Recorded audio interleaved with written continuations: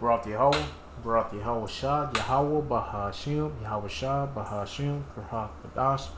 All praises, honor, glory, love, respect, faith, and power, and trust, and all credit to my Heavenly Father, Yahweh, and my Heavenly Big Brother, Yahweh Shah. Thank you so much for what you've done, what you're doing, and what you're going to do. Double honors to the apostles and elders and bishops of GMS, Great Millstone, who I learned from, and all the men scattered all over the world, teaching this truth and nothing but the truth in the name, spirit, and the power of Yahweh Bashim Shah. Trying to put a spiritual bug in you Hebrew Israelites' ears, you so-called blacks, Latinos, Hispanics, Native Americans, Seminole Indians, and you speckled birds. And what is a speckled bird? That be a Hebrew Israelite that look like some of the heathen nations, like for example, a Hebrew Israelite that look like so-called white person, or so-called Chinese person, etc., etc. Got some videos lined up about surveillance and the mark of the beast chip implant. Anyway, I'm gonna play these videos. I'm gonna get into the scripts my best ability. Say whatever God say through the spirit and power. Yahweh Bashim Shah, the Holy Spirit of Kurhak Dash. Lord wanna be on me. Let's get it. Hey guys, my name is Lily, and today I want to bring you the news from Europe.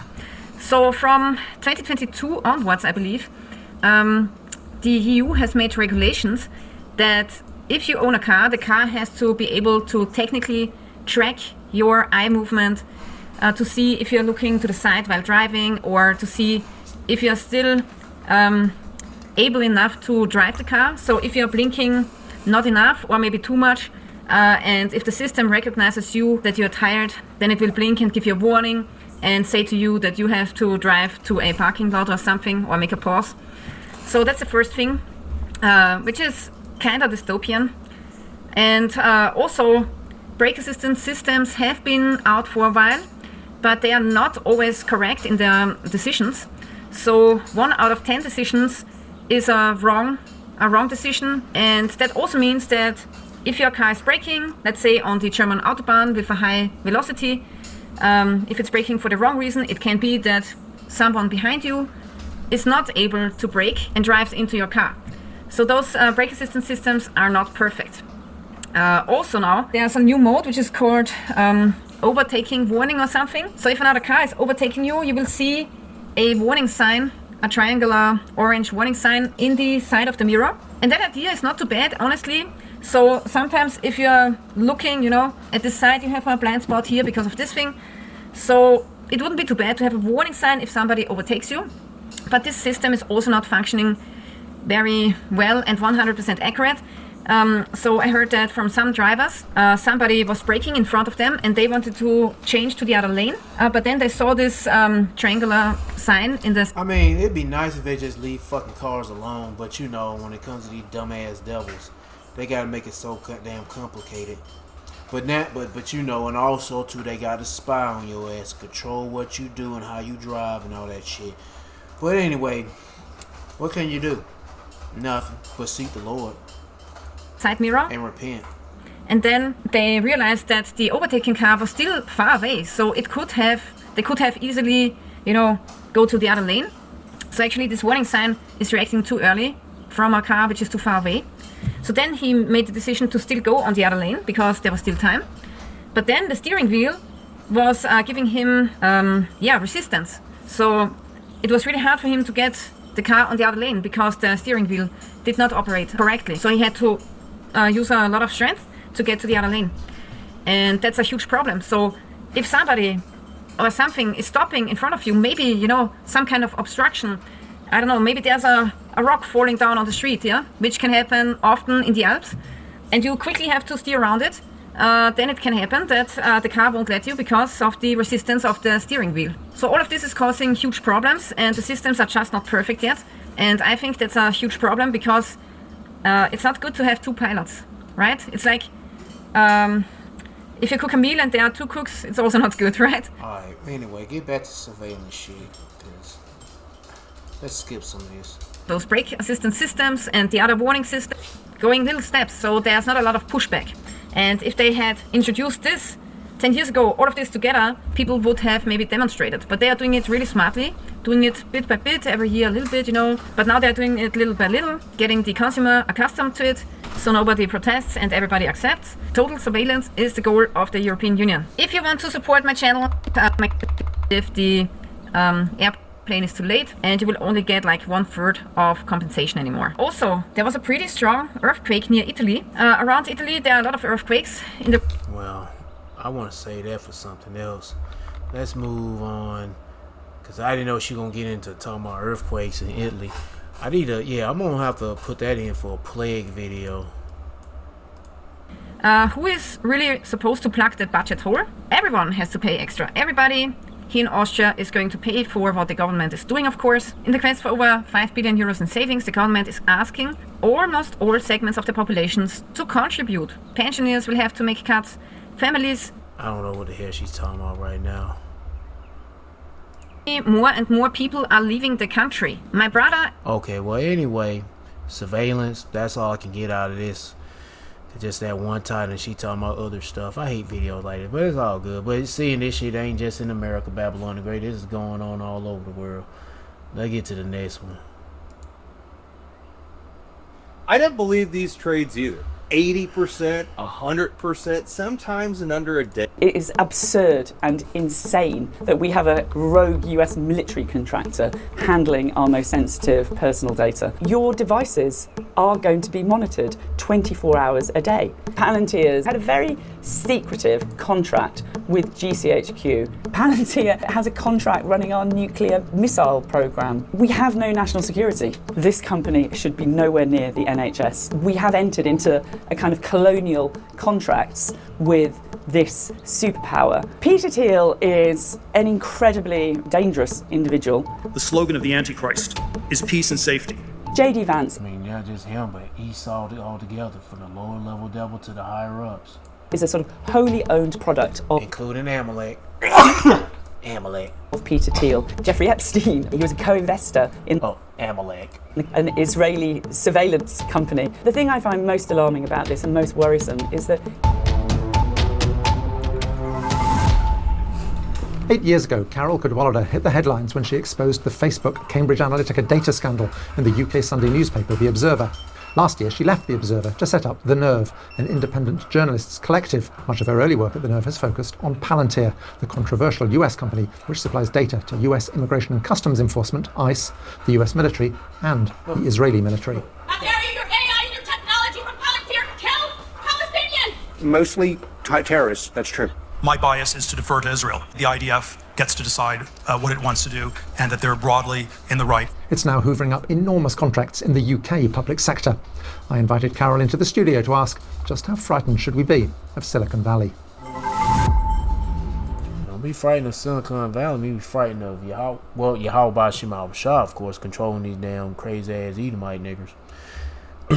So So, Carol Cadwallader, thank you very much. That's why, hey, for you Israelites need to seek the Lord, man, because he the one that's controlling these devils. Joining us. Richard Sanders, thank you for inviting me. You obviously in your career, in recent years anyway, have focused a great deal on Silicon Valley, on the tech industry and so on, particularly on Palantir, which is what I want to talk about. I want, first of all, to show you a clip of Alex Karp, who is the CEO and co-founder of Palantir.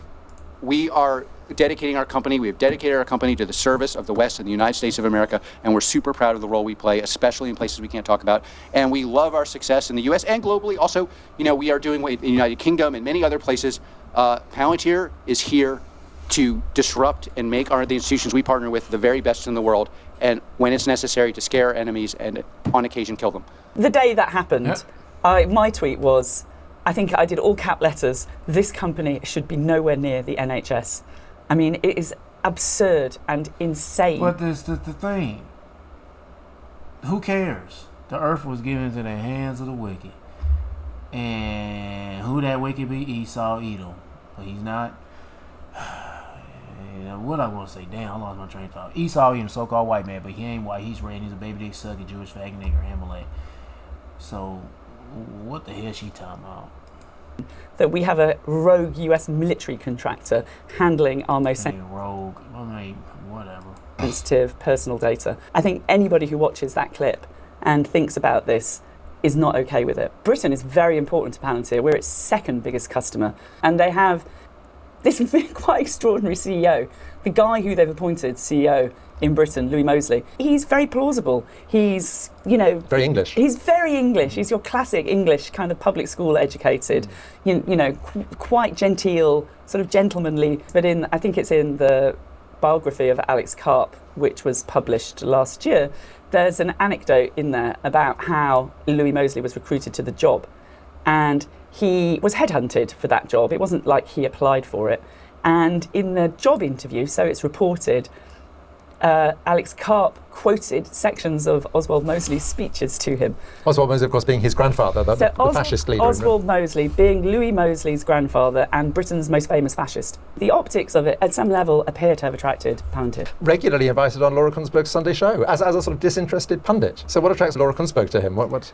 Well, we did an article. We've done a series of articles in the Nerve about the Palantir revolving door, and in which we found dozens of government employees and former ministers, members of the House of Lords, who have gone to work for Palantir.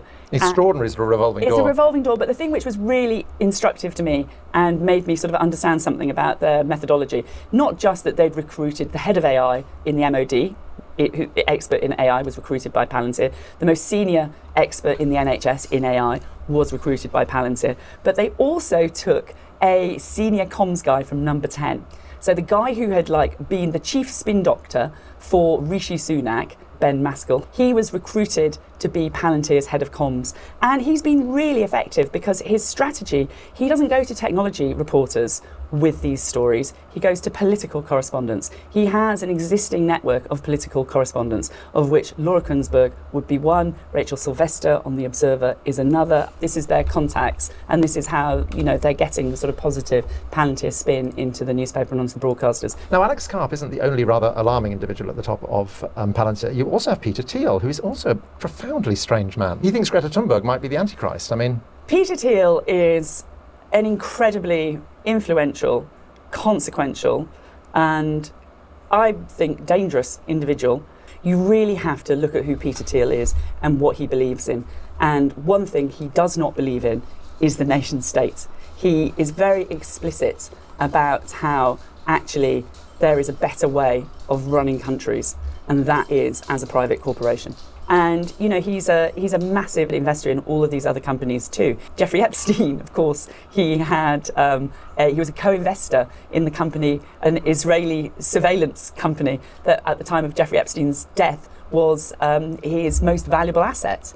One of the key things about understanding Trump and Silicon Valley and that relationship is understanding the role of Peter Thiel in that relationship. And you can see that very, very clearly in who Trump picked to be his vice president. And it was his pick of J.D. Vance in the summer of 2020, which really was, for me, that moment of understanding that this isn't Trump, it's not Trump first term, something different. All right, anyway, if you want to watch the rest of the video, they're going to title of the channel, or title of the video, they go to channel. I ain't going to play no more of that. Let's get to this next one. I don't watch these videos. The only time I watch them when I hit record and get my first and best impression. So I don't know what to expect out of these videos. I just try to roll in the spirit. During the Super Bowl a few months ago, millions of Americans were sitting with their families watching commercials. And one of them was for Ring, the doorbell camera owned by Amazon. It was a cute ad, really emotional actually. A lost dog, a neighborhood coming together to find it, people looking out for each other. That's the story they showed you. But here's the story they didn't show you.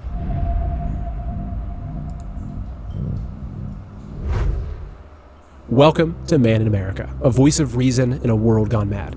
I'm your host, Seth Holhouse. So Ring has tens of millions of devices mounted on American homes right now.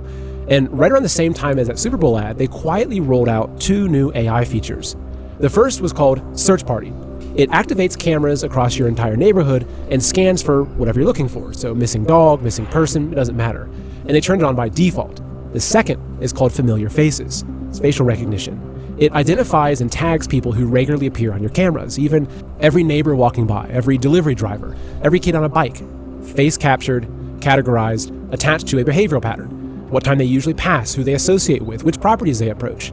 Both features are on by default on tens of millions of devices across America. And most people never change the defaults. And here's the thing though, you paid for the hardware. You're paying for the electricity bill, you're paying for the monthly subscription, and the data flows up to Amazon, to data brokers, to law enforcement, intelligence agencies, through deals that you never signed off on, and channels that nobody told you about. Ring employees have already been caught accessing customer footage without authorization. The FTC, the Federal Trade Commission, fined Amazon $5.8 million for it. So Ring has partnered with hundreds of police departments, giving them direct access to your footage. Federal agencies piggyback on those local partnerships to get the exact same data. There's no warrant needed. I mean, why spend tens of billions of dollars building a surveillance grid when you can get your average American to install it themselves and pay for it themselves and then defend it as safety and convenience? You feel safer, they get the data. But Ring is just one piece of it. There's a small black oval on a pole near your neighborhood with little solar panels on top. There's no markings, no sign. You drive past it every single day. And it's watching you every single time. It's called a flock safety camera. And right now, there are over 80,000 of them across the United States, scanning vehicles billions of times every month. So Ring watches your front door, Flock watches your street, and they're connected. In late 2025, Amazon Ring formally announced a partnership with Flock Safety, integrating Ring's home cameras directly into Flock's law enforcement platform. After severe public backlash over privacy concerns, their partnership was officially canceled in February 2026. But here's what that tells you. The plan existed. The architecture was designed. The two systems were built to connect. They canceled the rollout, but they did not cancel the capability. Now, most people covering the story stop right around here. They throw some numbers at you and leave you feeling alarmed, but confused about how any of this actually happened. Now, I don't want to do that because I want to dig deeper, and I know you do too. Because this didn't start with Flock. It didn't start with Ring. It didn't even start with Snowden. It didn't start after 9/11. It started in 1956. And when you see how many times this machine has been exposed, reformed, and then quietly rebuilt, what feels new starts to look very, very familiar. This is the third episode of my America Hijacked series. It's an investigative history. We're digging through the archives, we're pulling the original documents and presenting the receipts. Specific decisions, specific people, specific money. We go back to the exact moments when things changed, find out who made the call and why. And then we follow the money until the bigger plan comes into focus. So by the end of this, you're not going to see any street camera the same way. All right, let's get into it. So I want to start with a story that most Americans have probably never heard. March 8th, 1971. It's fight night. Muhammad Ali versus Joe Frazier, the fight of the century. Every television in America's tuned in. And while the whole country... Oh, shoot. As soon as it's funny. Yeah, I just noticed it. Night. Muhammad Ali versus Joe Frazier, the fight of the century. Every television in America's tuned in. The moment it gets to 1 minute, 44 seconds, then that's pretty much it. Tuned in. And while the whole... Yeah, that was it. It was all praise Yahweh Shema Shah to Wadi Yahweh Shema Shah. Yeah, he cut the scene and pulled away back to him around the minute it was at 1:44. Anyway. The whole country is distracted. 8 ordinary people break into a small FBI office in Media, Pennsylvania. A cab driver, a daycare director, 2 professors, 4 others. They're just regular people. They open the filing cabinets, they start reading. And what they find changes everything. They find documents revealing that the FBI had been running a secret program since 1956. Now, this program was targeting hundreds of organizations and thousands of Americans, civil rights leaders, anti-war activists, journalists, feminist groups, college students. The program had a name. It was called COINTELPRO, Counterintelligence Program. And in the FBI's own internal language, the goal was to, and I'm quoting directly here, quote, expose, disrupt, misdirect, discredit, or otherwise neutralize, end quote, anyone the Bureau considered a threat to the existing order, not to investigate, to neutralize. Think about that word. The methods were ugly. Forged letters designed to create paranoia between leaders, false stories planted in newspapers, informants pushed inside groups to encourage illegal acts. Illegal break-ins the FBI called black bag jobs. This was not law enforcement doing its job. This was the government deliberately tearing people's lives apart, quietly, from the inside with your tax dollars. And they ran this for 15 years in total secrecy. Nobody outside the FBI knew, not Congress, not the courts, not the president, nobody. So how did we find out? Those 8 ordinary people. They leaked what they found to journalists across the country. And for the first time, Americans saw what had been done to them in secret. But it wasn't because the government came clean. It was because these 8 people decided to open the filing cabinets and risk telling the truth. And this is so interesting because those 8 citizens kept their identities secret for over 40 years. The FBI spent years trying to figure out who they were. They never did. The burglars came forward in 2014 on their own terms, though. 43 years later. The FBI never caught them. The statute of limitations ran out 5 years after the burglary. They went back to their lives, drove carpool, wrote books, raised their kids, and they kept the secret for 43 years. Now we get to the reckoning that was supposed to fix it. In January 1975, the Senate voted 82-4 to launch a full investigation into the CIA, the FBI, and the... Okay, I want to play too much of this. If you want to watch the rest of the video, be my guest. They go to title, they go to channel. Sure enough, yeah. The cameras everywhere, microphones everywhere. Soon they ain't gonna be enough to be tracking and tracing and surveillancing you. They gonna want you to have those microchips inside your body. And that day is near. Shit. Let's get to this one.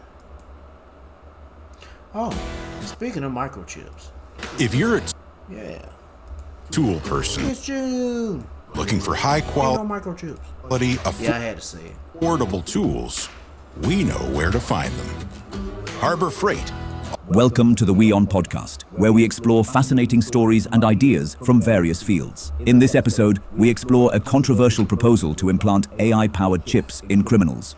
The idea is raising serious questions about technology, surveillance, and the future of justice. But the latest proposals suggest the debate may be moving far beyond conventional prison reforms. Top tech bosses are now taking AI to the jails and say that it can be used to predict the risk posed by certain individuals. At a roundtable event with the UK Prisons Minister Lord Timpson, representatives from tech firms proposed inserting microchips under the skin of criminals to monitor their movements. They also put forward the idea of driverless prison vans and robot-run jails. Executives from over 30 companies, including Amazon, Google, and Microsoft, sat down with Timpson last year. However, the details are being revealed only now. The minister said at the meeting, "I want technology to play an integral role in tackling crime and making our streets safer." Foxglove, a group that exposed the abuse of tech by governments and companies, filed a Freedom of Information request to learn about what transpired at the gathering. Talking to prison newspaper Inside Time, the group described the proposals as alarmingly dystopian. It added, "It's worrying that justice ministers have sat with the tech sector to discuss using robots." And when this type of technology is in the prison houses and shit, imagine it being out there for bun people. I mean, shit, yeah. It's like what I'm trying to say is that we're like in a prison inside of a prison, and if you really want to be in prison, go to the concrete prison with bars and shit and metal gates and shit. That prison with a bunch of homosexuals that want to, they goddamn motherfucking. Anyway, but shit. Hell, I mean, I don't know what else to say. Anyway, back to the video. To manage prisoners, implanting devices under people's skin to track their behavior, or using computers to predict what they will do in future. And they probably gonna start doing that, microchipping prisoners first, just to test things out and see how they operate, and it's experiments. Yep. And then they're gonna put out in the public, At the time, the Ministry of Justice stated that the discussions would revolve around the potential for even more effective tracking of offender movement, among other things.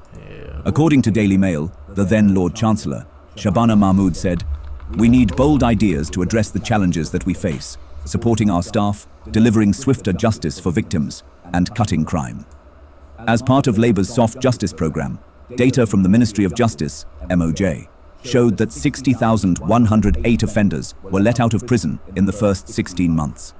The scheme was launched by Shabana Mahmood, under which criminals can be freed after serving just 40% of the sentence handed down by a court.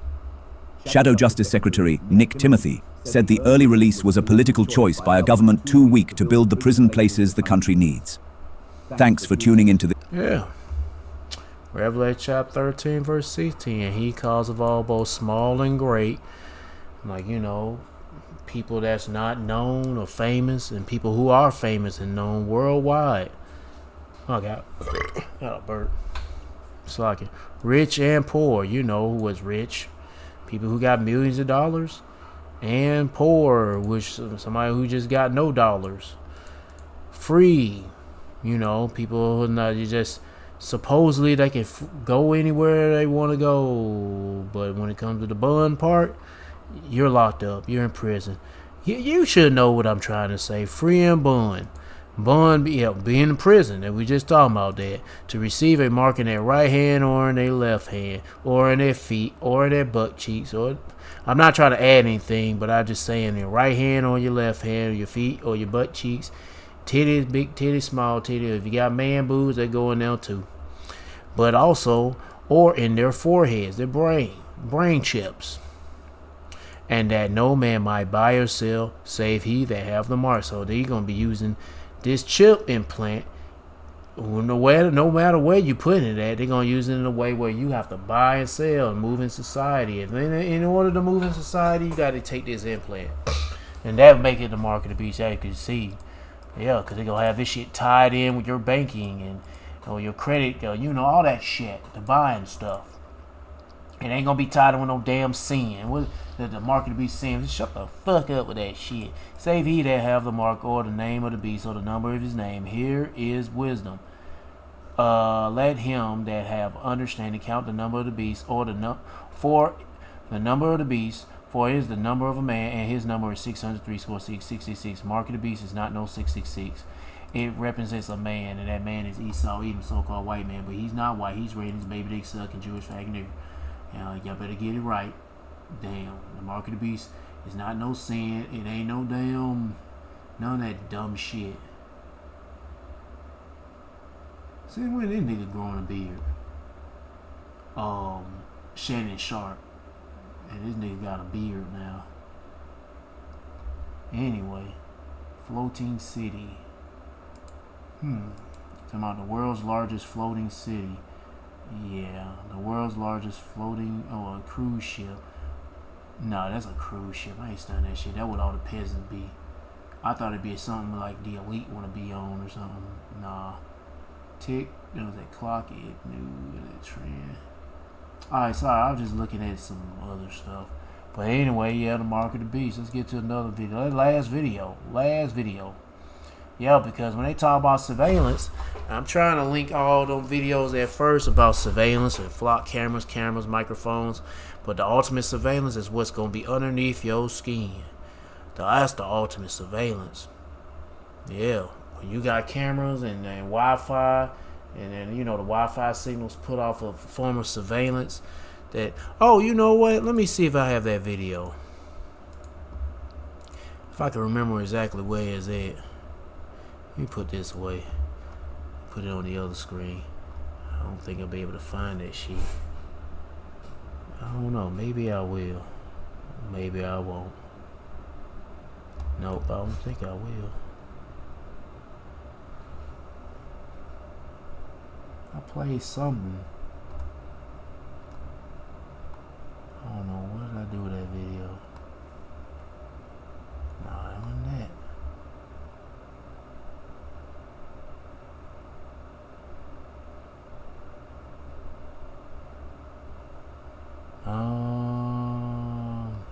I forget about it. I couldn't find it. It was, I guess, I know what it was.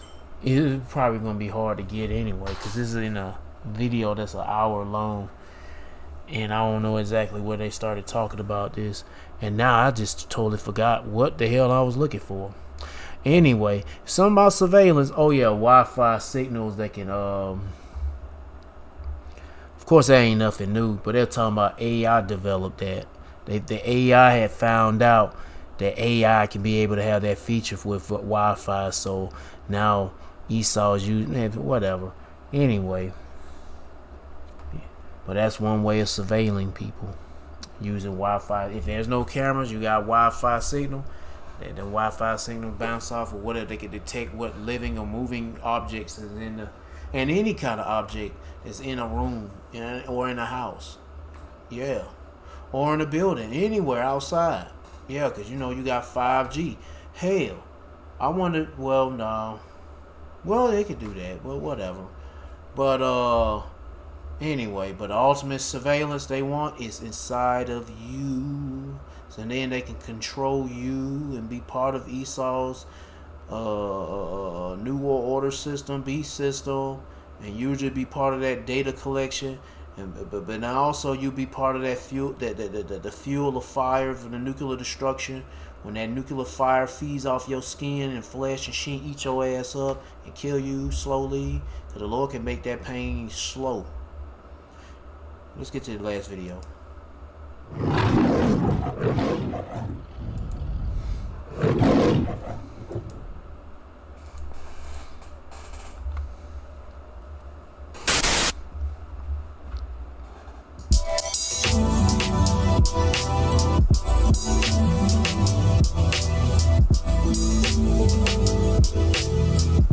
Read this, but I'll read it again. Revelation chapter 13, verse 16. He causes all, both small and great, rich and poor, free and bond, to receive a mark in their right hand or in their forehead.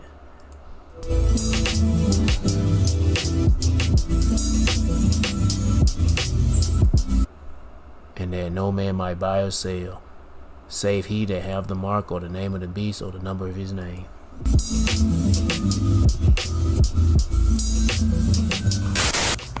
Do you guys want to know what I think is the biggest threat that society is facing right now?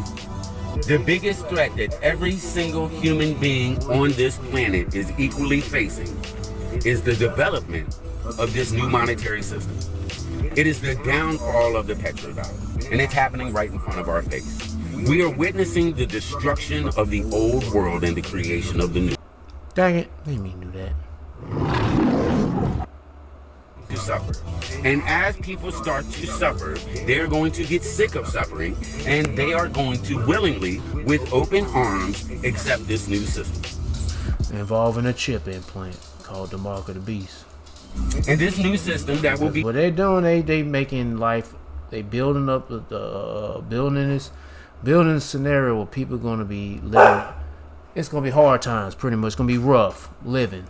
Led by AI and crypto, and everything will be on a blockchain, is solely designed to track everything you do like a dog. And that's why you're seeing all of these data centers stealing people's lands and consuming ungodly amounts of water. And now water's on the stock market. They are buying the rights to water on the stock market as we speak. And we sit back like everything's all good. Like this plan does not include every single one of us. And again, like I said, it's a balloon that was always meant to pop. And they've been planning on it popping for a while. And they are moving full speed ahead with their plan. While we are just caught up in this war and ICE, and sadly, so many people still worshiping celebrities and caught up in stupid ass sports and TV shows. While human beings' rights are just being decimated right in front of their face. Right in front of their face. I mean, our governments now are just telling us what they're going to do. Whether we give a shit or not, they're like, we're going to do it and you're not going to do nothing about it. And this is something that affects every single human being on this planet. And I don't know if we're just too cool, too distracted, too complacent, or too comfortable to fucking stand together for once as humans and actually do something about this shit. Oh, fuck that. Why don't you just stand with your Yahweh Shema Shah and repent? Because hell, these niggas ain't about to do shit. Talking about some come together as a... There gonna be some people that gonna come together, but that's not gonna make this world a better place. Fuck no. It's gonna be Yahweh Shema Shah. Fucking tired of this shit when these people talking about we gotta come together as one to fight the powers that be. And you still gonna fucking lose. Cause them niggas, what they have to do is they nuke your ass. Because you have to be in a fucking coma if you think that anyone up there gives a damn about any of us down here. You have to be a fucking zombie to think that any of them up there can relate to any of us or any of our suffering down here. We have far more in common than any of us think, than they like to make us believe, than we have been trained to believe. Far more in common. And I've said it before and I'll say it again. One day, if we do not do something quick, we are all going to be standing in the same cage, staring at each other, scratching our fucking head, and realizing that we were not so different after all. Yep. Anyway, fuck what he say. You better seek Yahweh Shema Shah and repent. That's all I can tell you. Where I'm at.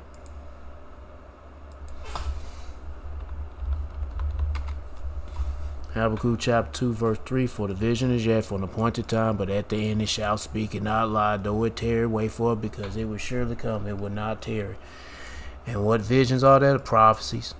And it's showing it right, it's showing themselves right now, speaking loud and clear. All up in your ear. Shit. And it ain't lying, and it damn sure ain't gonna delay or hesitate or slow down for your sake. No, it's speeding up for the Lord's sake. Because the Lord's speeding up time for his people, the elect of Israel. So it's best for you Israelites to do is seek the Lord, repent to Yahweh Shema Shah before it's too late. Pray like heaven, Lord, have mercy on you. Because it's going down. And that's all I got to say. I guess this is a short video. I didn't have much to show yet. 35 minutes, that's short compared to some of the other videos I've been making. But anyway, that's all I got. But seek Yahweh Shema Shah by seeking his prophets and take heed what to say and try to build a spiritual mental relationship with Yahweh Shema Shah by praying Yahweh Shema Shah, praising Yahweh Shema Shah, worshiping Yahweh Shema Shah, fearing Yahweh Shema Shah, repenting to Yahweh Shema Shah. To all the men out there pushing this truth and nothing but the truth in the name, spirit, and the power of Yahweh Shema Shah. Keep on preaching, keep on teaching, keep your faith and trust strong. Yahweh Shema Shah, and stay humble. And for you few sisters out there taking heed, keep your faith and trust strong. Yahweh Shema Shah, stay humble, stay in order with your man. If you ain't got no man, stay in order. Yahweh Shema Shah. Peace and blessings to the hopeful elect. And all praises to Yahweh Bahashem, Yahweh Shah. Shalom.